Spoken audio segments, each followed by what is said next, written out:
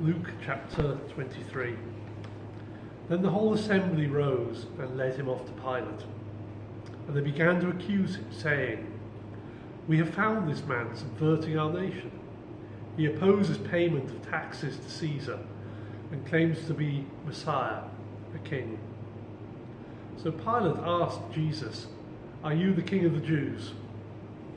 "You have said so," Jesus replied. Then Pilate announced to the chief priests and the crowd, "I find no basis for a charge against this man." But they insisted, "He stirs up the people all over Judea by his teaching. He started in Galilee and has come all the way here." On hearing this, Pilate asked if the man was a Galilean.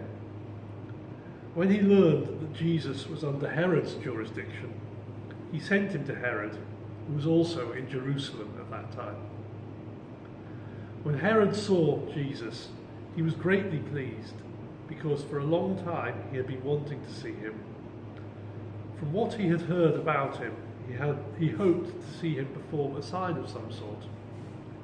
He plied him with many questions, but Jesus gave him no answer. The chief priests and the teachers of the law were standing there, vehemently accusing him. Then Herod and his soldiers ridiculed and mocked him. Dressing him in an elegant robe, they sent him back to Pilate. That day Herod and Pilate became friends. Before this, they had been enemies. Pilate called together the chief priests, the rulers, and the people, and said to them, "You brought me this man as one who was inciting the people to rebellion. I have examined him in your presence and have found no basis for your charges against him. Neither has Herod, for he sent him back to us. As you can see, he has done nothing to deserve death. Therefore I will punish him and then release him." But the whole crowd shouted, "Away with this man! Release Barabbas to us." Barabbas had been thrown into prison for an insurrection in the city and for murder. Wanting to release Jesus, Pilate appealed to them again, but they kept shouting, "Crucify him! Crucify him!" For the third time he spoke to them. "Why? What crime has this man committed? I have found in him no grounds for the death penalty. Therefore I will have him punished and then release him." But with loud shouts they insistently demanded that he be crucified, and their shouts prevailed. So Pilate decided to grant their demand. He released the man who had been thrown into prison for insurrection and murder, the one they asked for, and surrendered Jesus to their will. As the soldiers led him away, they seized Simon from Cyrene, who was on his way in from the country, and put the cross on him and made him carry it behind Jesus. A large number of people followed him, including women who mourned and wailed for him. Jesus turned and said to them, "Daughters of Jerusalem, do not weep for me. Weep for yourselves and for your children. For the time will come when you will say, 'Blessed are the childless women, the wombs that never bore and the breasts that never nursed.' Then they will say to the mountains, 'Fall on us,' and to the hills, 'Cover us.' For if people do these things when the tree is green, what will happen when it is dry?" 2 other men, both criminals, were also led out with him to be executed. When they came to the place called the Skull, they crucified him there, along with the criminals, one on his right and the other on his left.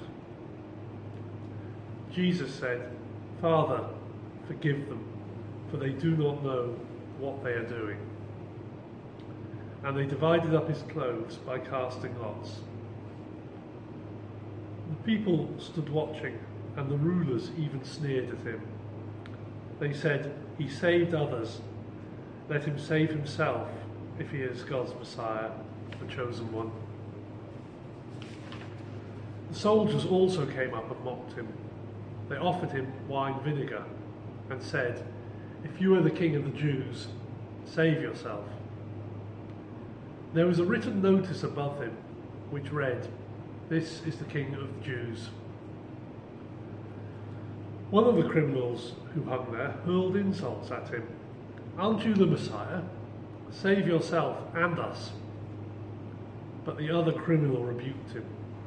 "Don't you fear God," he said, "since you are under the same sentence? We are punished justly, for we are getting what our deeds deserve. But this man has done nothing wrong." Then he said, "Jesus, remember me when you come into your kingdom." Jesus answered him, "Truly I tell you, today you will be with me in paradise." It was now about noon, and darkness came over the whole land until 3 in the afternoon, for the sun stopped shining, and the curtain of the temple was torn in two. Jesus called out with a loud voice, "Father, into your hands I commit my spirit." When he had said this, he breathed his last.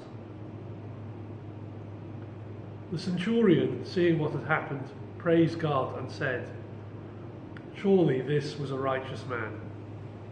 When all the people who had gathered to witness this sight saw what took place, they beat their breasts and went away. But all those who knew him, including the women who had followed him from Galilee, stood at a distance watching these things. Now there was a man named Joseph, a member of the council, a good and upright man, who had not consented to their decision and action. He came from the Judean town of Arimathea, and he himself was waiting for the kingdom of God. Going to Pilate, he asked for Jesus' body. Then he took it down, wrapped it in linen cloth, and placed it in a tomb cut in the rock, one in which no one had yet been laid. It was preparation day, and the Sabbath was about to begin. The women who had come with Jesus from Galilee followed Joseph and saw the tomb and how his body was laid in it. Then they went home and prepared spices and perfumes, but they rested on the Sabbath in obedience to the commandment.